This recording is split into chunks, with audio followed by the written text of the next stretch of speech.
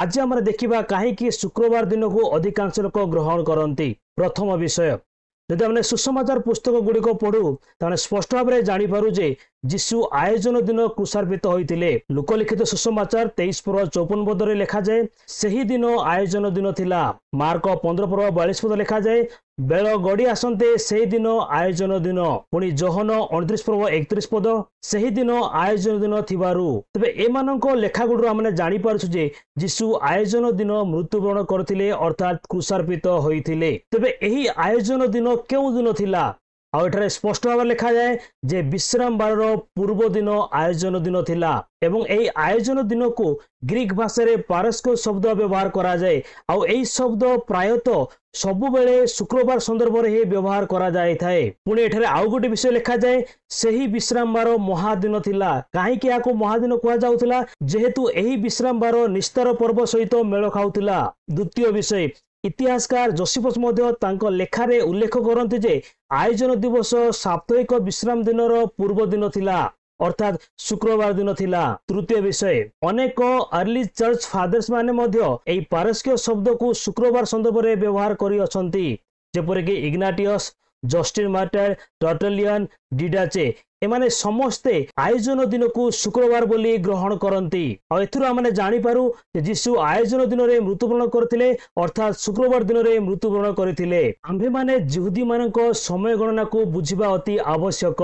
जेतेबेले यीशु 3 दिन और 3 रात्रि कहंती एहा को आमने आक्षरिक भावे ग्रहण न करी जिहुदी मानक समय गणना अनुसार बुझिबा को पड़िबो। आ जिहुदी माने कौनसी दिनर एक अंश को गोटे दिन बोली ग्रहण करुथिले। आसंतु यह बुझिबा निमंते बाइबल रु केतोटी उदाहरण देखिबा। गीत संहिता 1 पर्व 2 पदरे एही प्रकार लिखा जाए मात्र सदाप्रभु को व्यवस्था रे जहार आमोद थाए और जे दिवारात्र तांकर व्यवस्था ध्यान करे से धन्य। एठारे उल्लेख करा दिवारात्र संपूर्ण 24 घंटा को बुझाई नाही। आउ गोटे उदाहरण देखिबा प्रेरित 10 पर्व रे आउ गोटे विषय आमने देखिया को पाऊ जहा कि कर्नेलियों घटना विषय रे। कर्नेलियो अपराह्न 3 घंटा समय गोटे दर्शन पाउछंती एवं चतुर्थ दिवस रे पितर तांको निकट को आसु अछंती किंतु कर्नेलियो कहिले जाकी प्रेरित 10 पर्व 30 पद लिखा जाए 4 दिन पूर्वे ठीक एही समय रे मु अपना गृह रे अपराह्न 3 घंटा समय प्रार्थना करूथली आउ देखंतु उज्जवल वस्त्र परिहित जन व्यक्ति मो सम्मुख रे ठिया होई कहिले कर्नेलियो तुमरो प्रार्थना सुना जाय अछि।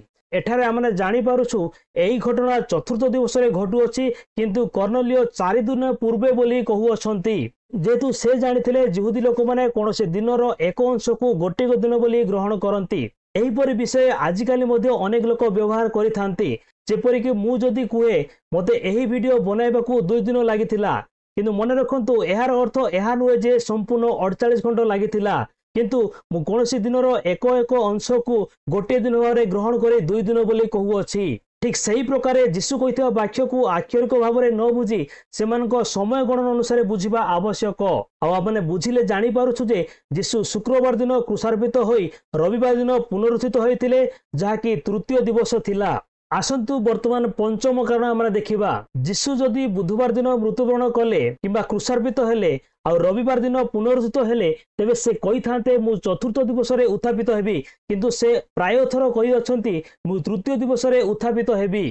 तेमाने स्पष्ट भाव में जानी पारुछु जे यीशु तृतीय दिवस रे उत्थापित होइथिले जेतेबेले इमाई पथरे 2 जण गमन करुथिले से समय रे सेमाने कथावार्ता करू अछंती आ से समय रे एई विषय लिखा जाए जहाकी लूक 24:21 पद रे देखिबा को मिले किंतु जे इस्राएल को मुक्त करिवे से जे एही व्यक्ति ताहा माने आशा करिथिलु मात्र एहा चला ए समस्त घटिबार आज की 3 दिन हैला।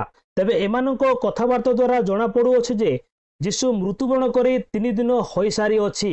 सेथिबे पाउल प्रथम कोरिन्थियो 15 पर्व 4 पदरे कहंती जे शास्त्र अनुसार तृतीय दिवस रे उत्थापित हेले तेमाने जानी पारु अछु जे यीशु तृतीय दिवस रे उत्थापित होइतिले जदि जो माने बुधवार दिन यीशु क्रुशार्पित होइतिले बोली कहंती सेमानक अनुसार एहा चतुर्थ दिवस रे उत्थापित हेले बोली कहा जाई परिबो। तेमाने जानी पारुछु यीशु प्रकृत रे शुक्रवार दिन क्रुशार्पित हेले एवं तृतीय दिवस जहाकी रविवार दिन अटे तार प्रथम दिन अटे से दिन पुनरुत्थित होइतिले।